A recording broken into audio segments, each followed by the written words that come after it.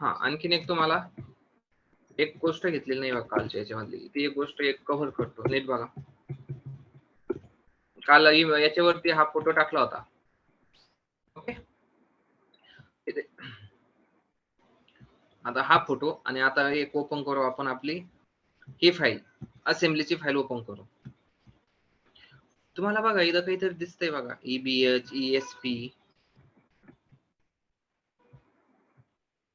हे इथं पण दिसतंय बघा, BH SP, फक्त E लागलंय बघा. त्याच्या आधी काय लागलंय? E लागलंय आणि इथं E नाहीये. याचा अर्थ काय झाला? इथं E लागलंय, याच्या आधी फक्त E नाहीये. तर आता ही जी डायग्राम आहे ही 16 बिटची आहे, पण याच्यामध्ये काय केलंय त्यांनी, फक्त याला एक्सटेंड केलंय. यांचे हे जे रजिस्टर आहे ते आणखीन वाढवलेत फक्त, म्हणून इथे E लागलंय बघा. EBP, हा BP तुम्हाला इथे दिसेल, आहे का BP? दिसतोय? हे बघा, आपला कोड आहे हा, आपण केलेला जो असेंब्ली मध्ये, जो ऍक्च्युअल मशीन मध्ये कोणत्या कशामध्ये काय जाणार आहे, हे बघा, हे CPU मधल्या गोष्टी आहेत या. समजतंय का? ALU म्हणजे अरिथमॅटिक लॉजिकल युनिट. हे फ्लॅग्स, हे बघा, आपण इथं आपण जे यूज केलंय ते बरोबर याच्यामध्ये आहे का नाही ते दिसेल. फक्त E सोडून द्या पहिला, कारण की आता आपलं एक्सटेंडेड आहे, आपण 32 बिट वरती आहोत, म्हणून पहिल्यांदा तो E आलेला आहे. ओके, तेवढं फक्त सोडून द्या, बाकीचं बघा. E सोडून बाकी सगळ्या गोष्टी तुम्हाला इथे दिसतील ह्या डायग्राम मध्ये. समजते? म्हणजे आपण काय केलं काल, ही डायग्राम तुमच्याकरता राहून द्या उलट, की कळेल तुम्हाला की हे कसं असतं. हे बघा, आपण काय केलं, पहिल्यांदा आपला हा C प्रोग्राम आहे. ओके, तो कुठे हार्ड डिस्क वरती, तो कंपाईल केला, त्याचा ऑब्जेक्ट फाईल तयार झाली. कुठं तयार झाली? हार्ड डिस्क वरती. आपण ओपन प्रोग्राम नाही असं ठरवूया, ओपन करून सेव्ह करून तो क्लोज केलेला आहे. नंतर हा हार्ड डिस्क वरती आहे, तो कंपाईल केला. आता ही hello.obj ही कोणाला समजणार आहे?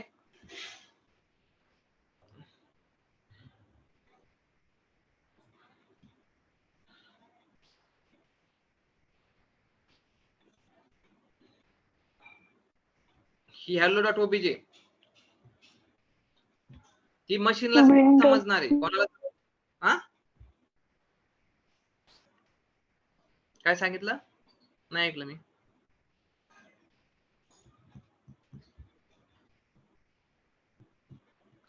ही मशीन मध्ये आहे. कशामध्ये?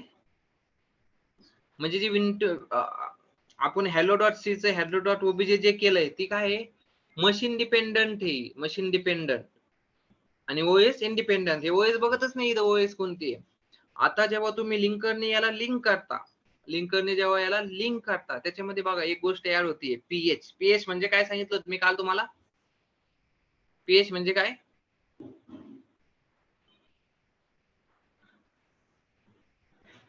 PH म्हणजे काय? PH म्हणजे प्रायमरी हेडर, ज्याच्यावरून कळतं ना की हा प्रोग्राम माझा आहे. ओके, आणि नंतर जेव्हा तुम्ही हा डबल क्लिक करता तेव्हा हा प्रोग्राम पुढे लोड केला जातो रॅम वरती. मग रॅम मध्ये बघा कोणकोणत्या गोष्टी असतात? टेक्स्ट रिजन असतो, डेटा रिजन असतो, स्टॅक असतं.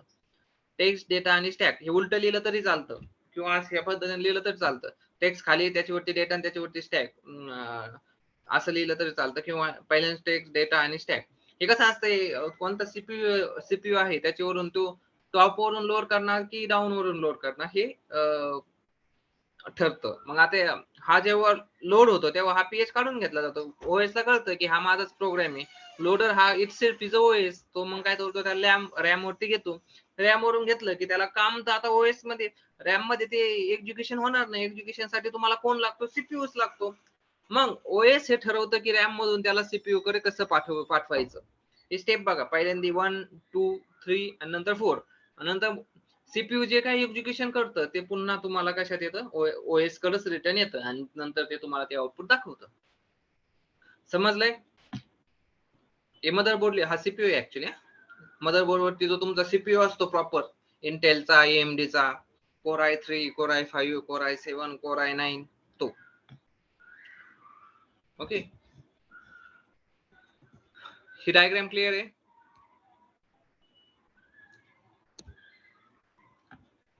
याच्यातले रेफरन्सेस नंतर येत राहणार आहेत की काही काही गोष्टी तुमच्या नंतर हळूहळू क्लिअर होतील की कोणकोणत्या गोष्टी कशा कशा यूज करतात, कशा कसं काय होतं. ही डायग्राम आपण 2-3 वेळा नंतर पुन्हा बघणार आहोत. पहिल्यांदा फक्त हा फ्लो कसा जातोय आणि याच्या ओएस कडे पुन्हा कसं येतं एवढंच बघा. ओके, समजतंय? चालेल, ही डायग्राम मी आता क्लोज करतो.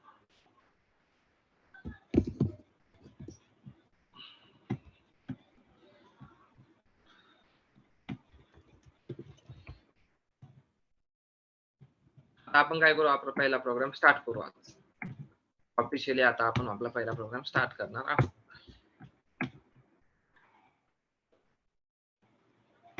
तुम्ही म्हणता ना आमचा ऑलरेडी झालाय, आता काही नवीन शिकवणार आहे. बघा तुम्ही हा भरपूर वेळा केला असेल, पण आता जेव्हा आपण पहिल्यापासून बॅच सुरू करतोय तर याच्यातली कोणतीच गोष्ट अशी व्हायला नको की राहिली आहे. हॅश इन्क्लूड, याला काय म्हणायचं, हेडर फाईल कोणती लागते आपल्याला, एसटीडी म्हणजे काय, स्टँडर्ड. आयओ म्हणजे काय, इनपुट आउटपुट. याचं नाव लिहून घ्या. डॉट एच म्हणजे हेडर फाईल, डॉट एच म्हणजे हेडर फाईल. ओके, हा, याचा प्रत्येक गोष्टीचा अर्थ नीट समजून घ्या. हॅश म्हणजे हे प्रीप्रोसेसर कडे जाणार आहे. हॅशने जे गोष्टी आपण लिहितो त्या प्रीप्रोसेसर कडे जातात.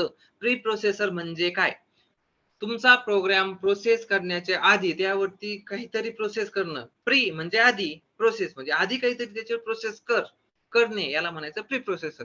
प्रीप्रोसेसर म्हणजे काय, तुमचा प्रोग्राम ऍक्च्युअली प्रोसेस करण्याच्या आधी त्याच्यावरती काहीतरी ऑपरेशन करणं, याला म्हणायचं प्रीप्रोसेसर. मग हॅश जे तुम्ही हॅशने लिहिता त्यांचा अर्थ काय होतं, प्री प्रोसेसर. ही गोष्ट प्री प्रोसेसर कडे जाणार आहे. ही गोष्ट कोणाकडे जाणार आहे, प्री प्रोसेसर कडे. आणि ती कशी जाते, काय करतं ते आपण बघू. ओके, हा, हॅशचं लिहून घ्या. जे हॅशने स्टार्ट होतं ते प्री प्रोसेस कडे जाणार. हॅश इन्क्लूड म्हणजे मला काहीतरी इन्क्लूड करायचंय. काय इन्क्लूड करायचंय, तर मला ही हेडर, डॉट एच म्हणजे हेडर फाईल, एसटीडी म्हणजे स्टँडर्ड, आयओ म्हणजे इनपुट, आय म्हणजे इनपुट, ओ म्हणजे आउटपुट. ओके, हे लिहून झालंय का. हॅश म्हणजे हे प्रीप्रोसेसर कडे जाणार आहे. इन्क्लूड म्हणजे मला काहीतरी इन्क्लूड करायचंय. काय इन्क्लूड करायचंय, तर एसटीडी म्हणजे स्टँडर्ड, आयओ म्हणजे इनपुट, ओ म्हणजे आउटपुट, आय म्हणजे इनपुट, ओ म्हणजे आउटपुट, आणि डॉट एच म्हणजे header file. Okay, header file मी इन्क्लूड करतोय. समजतंय. मग आता हे ब्रॅकेट का टाकायचे असेल. ओके, इथं जर तुम्ही ब्रॅकेट टाकले नाही, याचे दोन फॉर्मॅट आहेत की ह्या गोष्टी तुम्ही दोन प्रकारे लिहू शकता. कोणत्या, हॅश इन्क्लूड आणि डबल कोट मध्ये पण तुम्ही लिहू शकता. पण डबल कोट मध्ये काय लिहायचं आणि ब्रॅकेट मध्ये काय लिहायचं, जेव्हा तुम्ही तुमच्या स्वतःची एखादी हेडर फाईल देता तेव्हा तुम्ही डबल कोट मध्ये द्यायची. म्हणजे काय, डबल कोट मध्ये देणं म्हणजे काय, तो पहिल्यांदा तुमच्या करंट डिरेक्टरी मध्ये सर्च करतो की डॉट एच फाईल आहे का. करंट डिरेक्टरी म्हणजे काय, जिथं तुमचा प्रोग्राम ठेवलेला, याला करंट डिरेक्टरी म्हणायचं. याला काय म्हणायचं, करंट डिरेक्टरी. याला काय म्हणायचं, करंट डिरेक्टरी. ओके, मग बघा आता आणखीन एक सांगतो तुम्हाला व्यवस्थित बघा करंट डिरेक्टरीचं. आता एक मुद्दा आलाय तर सांगतो.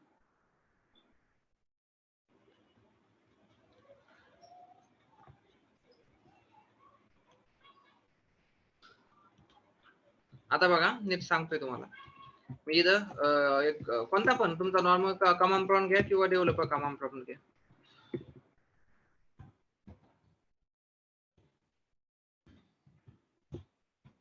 आता मी काय करतोय बघा. हॅलो, हा, आता मी तुम्हाला काय सांगितलं, करंट डिरेक्टरी म्हणजे काय. तुम्ही dir केल्यानंतर आता बघा, मी ह्या करंट डिरेक्टरी म्हणजे ही माझी करंट डिरेक्टरी आहे. डॉट म्हणजे करंट डिरेक्टरी असते, डॉट म्हणजे तुमची पॅरेंट डिरेक्टरी. पॅरेंट म्हणजे याच्यावरती कोणती डिरेक्टरी आहे. म्हणून तुम्ही बघा असं सीडी करता, चेंज डिरेक्टरी, कोणत्या डिरेक्टरी मध्ये जायचं, तुला डॉट डॉट केलं की तुम्ही याच्या आधी जाता. बघा गेला का, याची ही पॅरेंट डिरेक्टरी होती. आणि आता तुम्हाला याच्यामध्ये जायचं, सीडी म्हणायचं, डे 1 मध्ये डे 2 मध्ये गेला. आले का तुम्ही डे 2 मध्ये? CD change directory. तुला कशात जायचंय? डे 2 मध्ये जायचंय. मग इथं जेव्हा तुम्ही असं डॉट यूज करता म्हणजे त्याचा अर्थ होतो की ह्या फाईल मधलं तुम्हाला काहीतरी यूज करायचंय. म्हणून बघा लिनक्स वरती तुम्ही ./a.out असं काहीतरी देता बघा. त्याचा अर्थ काय होतो? माझा करंट डिरेक्टरी मध्ये हा प्रोग्राम लिहिलेला आहे आउटपुट .out हा प्रोग्राम आहे, तो रन कर करंट डिरेक्टरी मधला. आणि तो समजा याच्यामध्ये असेल ह्या सी प्रोग्राम मध्ये आणि तुम्ही ह्या डिरेक्टरी मध्ये असेल आणि याच्यामधून तुम्हाला जर तिथलचा प्रोग्राम .out रन करायचा असेल तर तुम्ही कसं करणार? डॉट डॉट कसं म्हणणार? ./a.out कळलं? डॉट म्हणजे पॅरेंट डिरेक्टरी, डॉट म्हणजे current directory. Okay, current directory म्हणजे काय? कोणत्या फोल्डर मध्ये तुम्ही आहात एवढं लक्षात ठेवा. डॉट हे लिहून घ्या. डॉट म्हणजे करंट डिरेक्टरी, डॉट म्हणजे पॅरेंट डिरेक्टरी. ओके, आणि डिरेक्टरी म्हणजेच काय? फोल्डर. असं लिहून घ्या व्यवस्थित, कारण त्याचा उल्लेख बऱ्याचशा टायमिंगला होणार आहे, ते तुम्हाला माहित पाहिजे. आपण डिरेक्टरी म्हणजे फोल्डरला आपण डिरेक्टरी म्हणतो. डॉट म्हणजे आपण करंट डिरेक्टरी साठी आपण संबोधित म्हणजे त्याचं नाव घेतो. डॉट म्हणजे आपण पॅरेंट डिरेक्टरी बद्दल बोलतो. ओके, हे कॉमन टर्म आहे, तुम्हाला माहित पाहिजे. समजलंय? डिरेक्टरी आणि फोल्डरला मला नाही वाटत कोणाच्या काही शंका असतील. तर आता हे तुम्हाला कळेल बघा. बरोबर, डबल कोट देणं म्हणजे काय? तो करंट डिरेक्टरी मध्ये जिथं हा प्रोग्राम सेव्ह आहे त्या डिरेक्टरी मध्ये चेक करतो की .h फाईल प्रेझेंट आहे का. नसेल तर तो एरर देणार. ओके, हा, आणि हा ब्रॅकेट देणं म्हणजे तो आपण त्याला काय सांगतो? माझ्या करंट डिरेक्टरी मध्ये फाईल नाहीये, तुझ्या स्टँडर्ड याच्यामध्ये जिथं ही फाईल आहे ना तिथून ती घे. समजतंय? तो तुमच्या सी ड्राईव्ह मध्ये जातो, तिथं तुमच्या एन्व्हायरमेंट व्हेरिएबल मधून चेक करतो की ही फाईल पुढे त्याला सापडते, जिथं सापडन तिथून तो उचलतो. समजतंय? हा, आता इथपर्यंत झालं. हॅशचा अर्थ समजला. मग हॅश प्रीप्रोसेसर इथं काय करतो? प्रीप्रोसेसरचं इथं काम काय? प्री प्रोसेसरचं काम एवढंच आहे की प्रोग्राम रन होण्याच्या आधी ऍज इट इज सर्व ह्या इथं जिथं हॅश इथं जे स्टार्टचे झालंय ना, आता आपण काय म्हणतो? ही फाईल इन्क्लूड कर. इन्क्लूड कर म्हणजे काय? याच्यावरती ह्या फाईल मध्ये जे असेल ते डायरेक्ट इथं पेस्ट कर. कंट्रोल सी आणि कंट्रोल व्ही जसं करतो तसं तो करतो. ऍज इट इज इथं पेस्ट करतो. ओके, हा, प्री प्रोसेसरचं हे काम. मग या फाईल मध्ये काय असतं? ह्या फाईल मध्ये असं असतं की तुम्ही जे फंक्शन पुढे वापरणार आहेत ते ऍक्च्युअली कोणत्या डिरेक्ट याच्यामधून घेतलेले आहेत, कोणत्या डीएलएल मधून घेतलेले आहेत त्यांची माहिती याच्यामध्ये असते. याच्यामध्ये फक्त डेफिनेशन असते की तुम्ही काय काय यूज करताय आणि त्या डेफिनेशन मध्ये लिबचा पाथ असतो, त्या लिब मध्ये डीएलएल चा पाथ असतो. ते हळूहळू नंतर तुम्ही समजणार आहे. पण आता फक्त एवढंच लक्षात ठेवा की .h देतो त्याच्यामध्ये फक्त डेफिनेशन असते, फंक्शन नसतं. फंक्शन म्हणजे काय, डेफिनेशन म्हणजे काय हे आपण समजू. पण फक्त सध्या वाटलंच तर हॅशचा अर्थ झाला इन्क्लूड म्हणजे काहीतरी इन्क्लूड करतो. एसटीडी म्हणजे स्टँडर्ड, आय म्हणजे इनपुट, ओ म्हणजे आउटपुट. स्टँडर्ड इनपुट आउटपुट म्हणजे कोण? स्टँडर्ड इनपुट आउटपुट म्हणजे तुमचा कमांड प्रॉम्प्ट. याला स्टँडर्ड इनपुट आउटपुट म्हणतात. याला काय म्हणतात? Standard input output. ओके, मग आणखीन असं कोणती गोष्ट आहे? फाईल पण आहे. मग फाईल मध्ये सुद्धा तुम्ही काहीतरी टाकू शकता. ओके, स्टँडर्ड इनपुट आणि आउटपुट ज्यावरती तुम्ही काहीतरी इन करू शकता, काहीतरी आउट करू शकता. Standard input output. ओके, झालं. आता काय? हे ओएस ने दिलेलं फॉर्मॅट, ह्या फॉर्मॅट मध्येच तुम्हाला सगळं लिहावं लागतं. ओएस ने सॉरी लँग्वेजने दिलेलं. आता मी काय म्हणतो, तो काय म्हणतो तुला, आता बघा तुम्हाला इथं प्रोग्रामिंग स्टार्ट करायची. मी म्हणलं की मला एक असं फंक्शन लिहायचंय, काही पण लिहायचंय मला. मी डायरेक्ट असं नाही लिहू शकत इंट ए बी आणि इंट ए बी सी असं केला तर मी असं खाली नाही करू शकत. C is equal to a plus b, c equal to a plus b असं मी करू शकत नाही. का? ते म्हणतो तुला असं जर काही करायचं असेल तर ते कोणत्या तरी फंक्शन मध्ये गेलं पाहिजे, कोणत्या तरी फंक्शन मध्ये गेलं पाहिजे. असं ग्लोबली तू ते टाकू शकत नाही. मग ते फंक्शन कोणतं काय? तर ते म्हणतो तुला आता एखादं फंक्शन लिहायचं किंवा काही पण करायचं तर पहिल्यांदा काय कर की मला कसं कळेल की तुझा प्रोग्राम मी कुठून स्टार्ट करू. ओके, हे जर तुला समजायचं असेल तर तू काय कर, मी तुला एक फंक्शनचं नाव देतो, त्याला म्हणायचं मेन. मी तुला एक फंक्शनचं नाव देतो, त्याला म्हणायचं मेन. हा, ते ऍज इट इज मी जसं सांगतोय तसंच लिहायचं, स्मॉल लेटर मध्येच लिहायचं MAIN ओपनिंग क्लोजिंग ब्रॅकेट. आणि जेव्हा तुझा प्रोग्राम हा माझ्याकडे येईल तेव्हा त्या फंक्शनचा ऍड्रेस मी घेईल आणि तिथून एक्झिक्युशनला स्टार्ट करेन. म्हणजे काय मी सांगतो तुम्हाला. आता हे सगळं काढलं मी, लिहिलं इंट मेन. इंट मेन याचा अर्थ काय आता आपण एक एक समजून घेऊ. इंट म्हणजे तुमच्या फंक्शनच्या नावाच्या आधी जे तुम्ही लिहिता त्याला म्हणायचं रिटर्न टाईप, की हे फंक्शन काय रिटर्न करणार आहे. याला काय म्हणायचं रिटर्न टाईप. याला काय म्हणायचं रिटर्न टाईप. तर मेन फंक्शन काय रिटर्न करणार आहे, main function integer value return करणार आहे. मेन फंक्शन काय रिटर्न करणार आहे, इंटिजर व्हॅल्यू रिटर्न करणार आहे. मेन काही आतमध्ये काही पॅरामीटर घेणार आहे का, आपण इथं काहीच पॅरामीटर स्पेसिफाय केलेले नाहीयेत, पण बाय डिफॉल्ट 3 ते असतातच. तुम्ही द्या नाही तर नका देऊ, कंपायलर तो ऍड करतो. पण आता आपण त्याच्यात जाणार नाही. तर मग आता हे मेन काय, तर तुमची ओएस जी सी लँग्वेज आहे ती काय म्हणते, तुला जर सी लँग्वेज मध्ये काही जरी प्रोग्राम लिहायचे असेल, तुझे फंक्शन लिहायचे असेल, तर मला समजलं तर पाहिजे ना की मी सुरुवात कुठून करू. तर मेन म्हणजे इथून स्टार्ट कर, म्हणूनच त्याला नाव लिहिलंय बघा. हा मेन फंक्शन आहे. कसं फंक्शन आहे, मेन म्हणजे सगळ्यात इम्पॉर्टंट, की जिथून तुमच्या प्रोग्रामच्या एक्झिक्युशनला सुरुवात होते. म्हणजे इथून तुमच्या प्रोग्रामचा श्री गणेशा होतो असं आपण म्हणू. इथून तुमच्या प्रोग्रामचा काय होतो, श्री गणेशा होतो. हे काय मेन फंक्शन आहे. मग याच्यावरून जेव्हा ही गोष्ट बघा, आता आपण जी डायग्राम बघितली होती, हा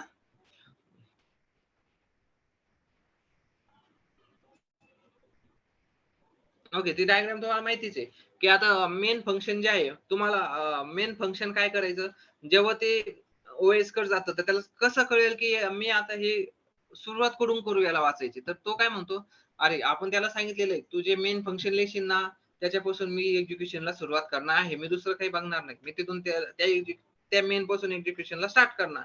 जे जे भेटन ते त्याच्या आतमधून जसा जसा कॉल असेल तसा तसा मी पुढं ग्रो ग्रो करीत जाईन किंवा वाढत जाईल. हा, तर याच्या आतमध्ये आपण त्याला मेन म्हणजे काय झाला हा तुमचा, म्हणजे याला म्हणायचं एंट्री पॉइंट फंक्शन. याला काय म्हणायचं, मेन हा तुमचा आहे entry point function. Entry point का, इथून प्रोग्राम एक्झिक्युशनला स्टार्ट होते म्हणून याला म्हणायचं एंट्री पॉइंट फंक्शन. इथून प्रोग्रामच्या एक्झिक्युशनला स्टार्ट होते त्याला म्हणायचं एंट्री पॉइंट फंक्शन. ओके, हा झाला इंट मेन. मग आतमध्ये काय लिहिता तुम्ही, आता मला काहीतरी, मी ही फाईल इन्क्लूड केली, ही फाईल मी इन्क्लूड केली. बरं ही फाईल आपण इन्क्लूड नाही करत, मी डायरेक्ट इथं लिहिलं इंट मेन. मला ती मी फाईल पण नाही लिहिली, मी नुसतं लिहिलं इंट मेन. आता मी लिहितो प्रिंट, बघा मी लिहितो प्रिंट एफ हॅलो असं लिहिलं. मी फाईल इन्क्लूड केलेली नाही, मी लिहिलं प्रिंट एफ आणि नंतर म्हणतो रिटर्न 0. त्याचा रिटर्न करावं लागेल ना, रिटर्न 0. याच्यावर आपण येऊ. आता एवढाच प्रोग्राम मला रन करायचा, एवढाच प्रोग्राम मला काय करायचा, रन करायचा.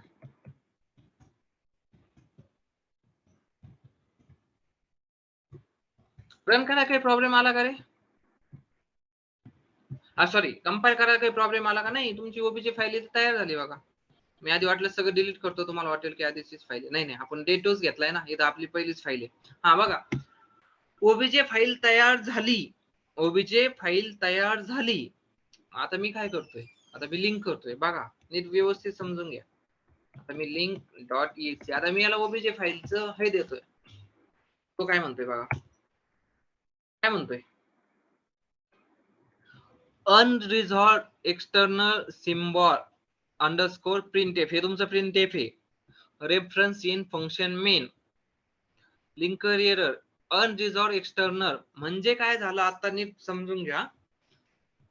कंपायलर फक्त तुमच्या सिंटॅक्स एरर चेक करतो, की सिंटॅक्टिकली तुम्ही काही एरर केल्यात का. तर ह्या फंक्शन मध्ये काही तुम्हाला सिंटॅक्टिकली एरर आहे का नाही, इंटिजर मेन लिहिलाय, एका फंक्शनला कॉल केलाय आणि रिटर्न 0 केलंय, काहीही सिंटॅक्टिकली काहीच एरर नाहीये. सिंटॅक्टिकली एरर कसा तो पण सांगतो तुम्हाला. आता फंक्शनच्या कॉल नंतर समजा असा तुम्ही एखादा कॉल दिला आणि इथं सेमीकोलन दिलं नाही, तो सांगणार की तू सेमीकोलन विसरलाय. व्यवस्थित समजून घ्या, मी तुम्हाला सांगतोय. हे बघा, आता मी कंपाईल केलं, तो बघा तो काय सांगतोय, syntax error missing double quote before return.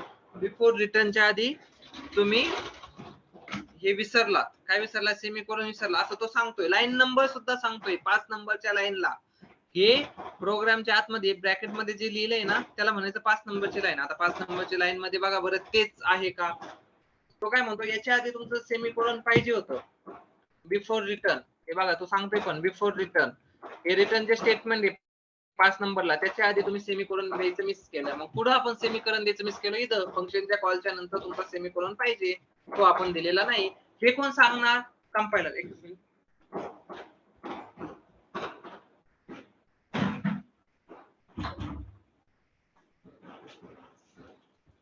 समजलं?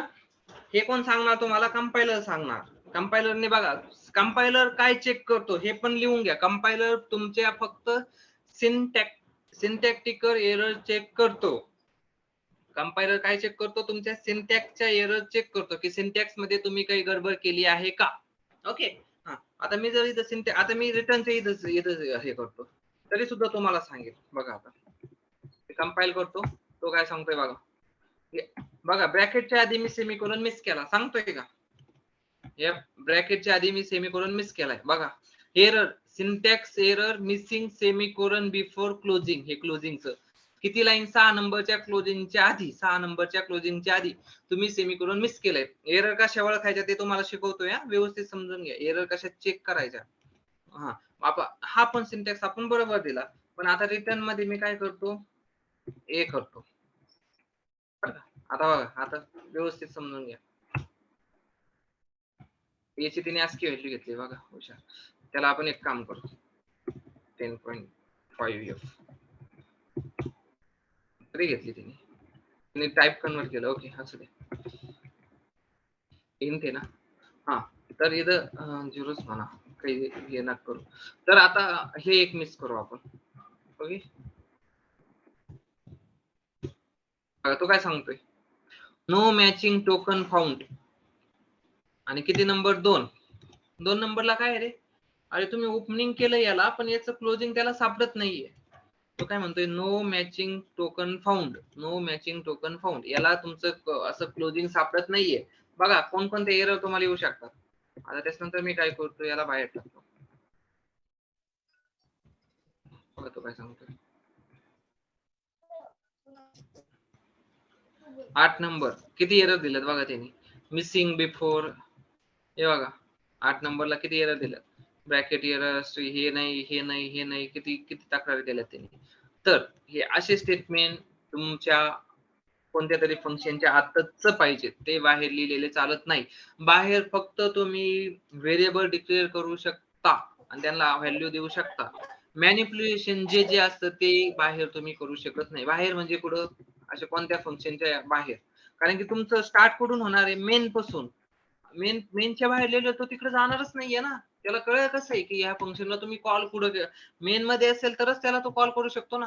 म्हणजे त्याची एक चेन पाहिजे, एक सिक्वेन्स पाहिजे. की आता समजा प्रिंटेप मध्ये मी दुसऱ्या प्रिंटेपला कॉल केला चालेल कारण की प्रिंटेप मधून त्याचा ट्रेस लागतोय. पण हा जर डायरेक्ट तुम्ही असं इथे लिहिला, हा जर डायरेक्ट तुम्ही कॉल असा लिहिला इथे बाहेर, तर तो स्टार्ट कुठून करणार आहे? मेन पासून ना. एज्युकेशनला स्टार्ट कुठून करणार आहे तो? मेन पासून. त्याला कळेल कसं की इथं तुम्ही त्याला कॉल केलाय कारण मेन मध्ये त्याचा काहीही रेफरन्स नाहीये. आणि असे मॅनिप्युलेशनचे स्टेटमेंट हे याच्या फंक्शनच्या बाहेर लिहिले जात नाही. तिथं फक्त व्हेरिएबल डिक्लेरेशन होऊ शकतं आणि त्या व्हेरिएबलला जास्तीत जास्त व्हॅल्यू असाइन करू शकते. का? कारण की जे जे ग्लोबलला असतं त्यांचा डेटा कुठं जातो रे?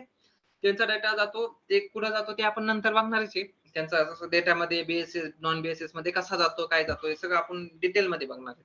पण आता एवढंच लक्षात ठेवा की जे जे तुम्ही असं इथं असं पण नाही करू शकत किंवा एखादे 2 व्हेरिएबल 3 व्हेरिएबल इंटिजर ए बी सी वरती तुम्ही ग्लोबली डिक्लेअर केले आणि c equal to a plus b. इथं मॅनिप्युलेशन आहे काहीतरी. काहीतरी इथं होणार आहे. इथं काहीतरी मॅनिप्युलेशन होणार आहे. हे अलाउड नाही. हे कुठं अलाउड नाहीये? असं बाहेर अलाउड नाहीये ग्लोबली. ते कोणत्या तरी फंक्शनच्या आतमध्येच पाहिजे. समजलं? वाटलं तुम्हाला डेमो पाहिजे का त्याचा?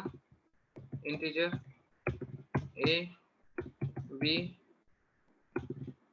ए equal to 10 B equal to 10 आणि सी.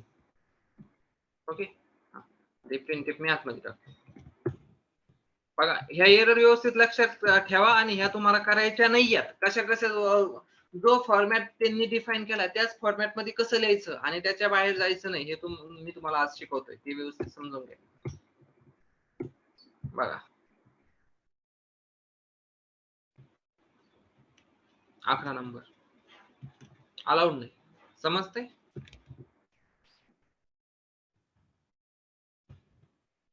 मग बाहेर अशा कोणत्या गोष्टी आहेत की ज्या अलाउड होऊ शकतात ते आपण नंतर बघणार आहोत की कोणकोणत्या गोष्टी तुमच्या ग्लोबली अलाउड आहेत, कोणकोणत्या नाहीत, कोणकोणत्या नाहीत. समजतंय? तर हे असं तुम्ही बाहेर लिहू शकत नाही. आता बघा, आता आपण कुठपर्यंत होतो? लिंकर कंपाईलच्या स्टेटमेंट पर्यंत होतो की मी एक फंक्शन लिहिलं आणि आतमध्ये प्रिंटफ लिहिलं. माझं इथं काही सिंटॅक्टिकली काही एरर आहे का? अजिबात एरर नाहीये काही. बरोबर, एक एंट्री पॉइंट फंक्शन पाहिजे, मी एक एंट्री पॉइंट फंक्शन दिलं जे मेन आहे ते त्याला तसंच नाव पाहिजे, MAIN तसंच नाव दिलंय, ओपनिंग क्लोजिंग. आतमध्ये प्रिंटफ लिहिलं. प्रिंटफ एक फंक्शन आहे ज्याला तुम्ही कॉल केलाय. आता मी वेगळं काहीतरी नाव दिलंय इथं.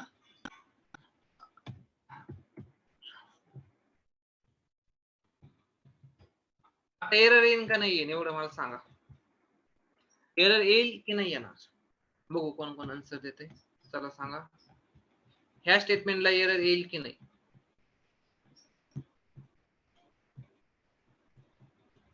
ह्या स्टेटमेंटला सेकंड 4 नंबरच्या स्टेटमेंटला एरर येईल की नाही? चॅट बॉक्स मध्ये सांगा. असं सांगा, कसंही सांगा. नाही, डिक्लेरेशन एक तर याच्या वरती पाहिजे ग्लोबली किंवा याच्या आतमध्ये पाहिजे. ते आपण घेऊच, पण तुम्हाला आता फक्त एक आयडिया देऊन ठेवतो. कळतं की हे फंक्शन कुठे stdio.out वरून कळतं की हे फंक्शन कुठे आणि त्याच्यामध्ये प्रिंटफ फंक्शन आहे म्हणून. आणि ते एक्सटर्नल त्याला काय म्हणतात माहितीये का? इथं नाव बघा, एक्सटर्नल सिम्बॉल म्हणतात. की जे एक्सटर्नल म्हणजे काय, ते ह्या फाईल मध्ये नाहीये. ते प्रिंटफ ह्या फाईल मध्ये नाहीये, ते दुसऱ्या फाईल मध्ये. ते stdio.out मध्ये त्याची हे लिहिलेले माहिती लिहिलेली की ते कुठं आहे. stdio.out मध्ये लिहिलेलं आहे की ते कुठं आहे. ओके, त्याच्या stdio.out मध्ये सुद्धा त्याची डेफिनेशन नाहीये, फक्त माहिती आहे की ते कुठं आहे. मग ते रिझोल्युशन करण्याचं काम कोण करतं? ते करतो लिंकर. प्री प्रोसेसर काय करतो, याच्यातलं सगळा कंटेंट ऍज इट इज टाकून देतो आणि नंतर मग लिंकर काय करतो, जे जे वरती टाकलंय ते त्यांचं लिंकिंग तुमच्या प्रोग्राम सोबत ते घेऊन येणं हे काम करतो लिंकर. ओके, बघा कंपायलरचं काम काय झालं, फक्त सिंटॅक्स चेक करणं. लिंकरचे दोन कामं झाली. पहिलं काम काय झालं, प्रायमरी हेडर ऍड करणं, machine understandable into OS understandable करणं, आणि दुसरं एक्सटर्नल सिम्बॉल रिझोल्युशन करणं. एक्सटर्नल सिम्बॉल रेफरन्सचं रिझोल्युशन करणं. एक्सटर्नल सिम्बॉलच्या रिझोल्युशनचं म्हणजे काय, एक्सटर्नल सिम्बॉल म्हणजे जे तुम्ही फंक्शन लिहिले त्यांचं रिझोल्युशन म्हणजे त्यांना घेऊन येणं, एकत्र करणं, हे लिंकरचं दुसरं काम. समजतंय? म्हणजे प्रिंटफ stdio.out मध्ये लिहिलेलं आहे की ते फंक्शन कुठं कोणत्या DLL मध्ये आहे. DLL म्हणजे काय, सेल्फ एक्झिक्युशन म्हणजे काय, डिपेंडंट एक्झिक्युशन म्हणजे काय, हे आपण नंतर घेणार आहोत. सध्या फक्त एवढंच लक्षात ठेवा की ते DLL मध्ये त्याचं प्रॉपर डेफिनेशन असते जी घेतली जाते. ते कोण घेणार, ते लिंकर घेणार. ओके, लिंकरची दोन कामं. पहिलं काय, प्रायमरी हेडर ऍड करणं, machine dependent into OS dependent बनवणं. Okay, sorry, machine understandable into OS understandable बनवणं, हे लिंकरचं पहिलं काम. दुसरं काम काय, एक्सटर्नल सिम्बॉलचा रेफरन्स तुमच्या प्रोग्राम मध्ये ऍड करणं किंवा तुमच्या एक्ससी मध्ये ऍड करणं. समजलं? दोन्ही गोष्टी समजल्या. मग stdio.out मध्ये प्रिंटफ आहे म्हणून तो त्याला भेटला, पण राहुल हे भेटलं नाही, म्हणून त्यांनी त्यासाठी एरर दिला का? आपण रन केलं ना? नाही केलं का? ओके, रन करू, कंपाईल करू. बघा, फक्त आता एवढ्या नावासाठीच एरर आला आहे. वन अनरिझॉल्व्ड एक्सटर्नल एकच आता एक्सटर्नल सिम्बॉल असा आहे की जो त्याला सापडत नाही, कारण की हे याच्यामध्ये होता तो सापडला, पण आता हे त्याला आणखी नाही सापडत नाही, कारण की नाही सापडणारच नाही, कारण तो स्टँडर्ड इनपुट आउटपुट मध्ये तो नाहीच आहे. एक तर तुम्ही त्याची डेफिनेशन याच्या खाली द्या किंवा separate dot H file dot DLL file एकत्र करून तशी द्या, कशी द्या तुम्हाला जशी वाटेल तशी, पण त्याचा सिम्बॉल लिंकरला त्याला अवेलेबल झाला पाहिजे. लिंकर तो सापडवण्याचं काम करतो, याच्यामध्ये सगळीकडे तो सर्च करणार तो आहे का, नाही तर मग तो त्याला एरर द्या. तर आता आपल्याकडे नाही, आपण त्याला काढून टाकू. आता काढून टाकल्यावर तो त्याचा एरर जातो का बघू. लिंक कंपाईल कडक, लिंक कडक, काहीच इश्यू नाही. समजलंय? कंपायलरचं काम समजलं, लिंकरचं काम समजलं. कंपायलर फक्त प्री प्रोसेसरचं काम समजलं तुम्हाला. प्री प्रोसेसर कंपाईल सोबतच होतो. तो आधी प्री प्रोसेसर प्रोसेसिंगचं काम करतो. हॅश ने सुरू होणारे जे काही असेल याच्यामध्ये जे काही असेल तो उचलतो आणि डायरेक्ट कॉपी पेस्ट करून टाकतो. एवढंच त्याचं काम. ओके. हा, नंतर कंपायलरचं काम काय? सिंटॅक्स पहिल्यांदा सिंटॅक्स चेक करणं की काही सिंटॅक्स तुमचं सिंटॅक्स मध्ये काही गणलंय का, नसेल गणलं तर तुमचा human understandable into machine understandable बनवणं. ओके.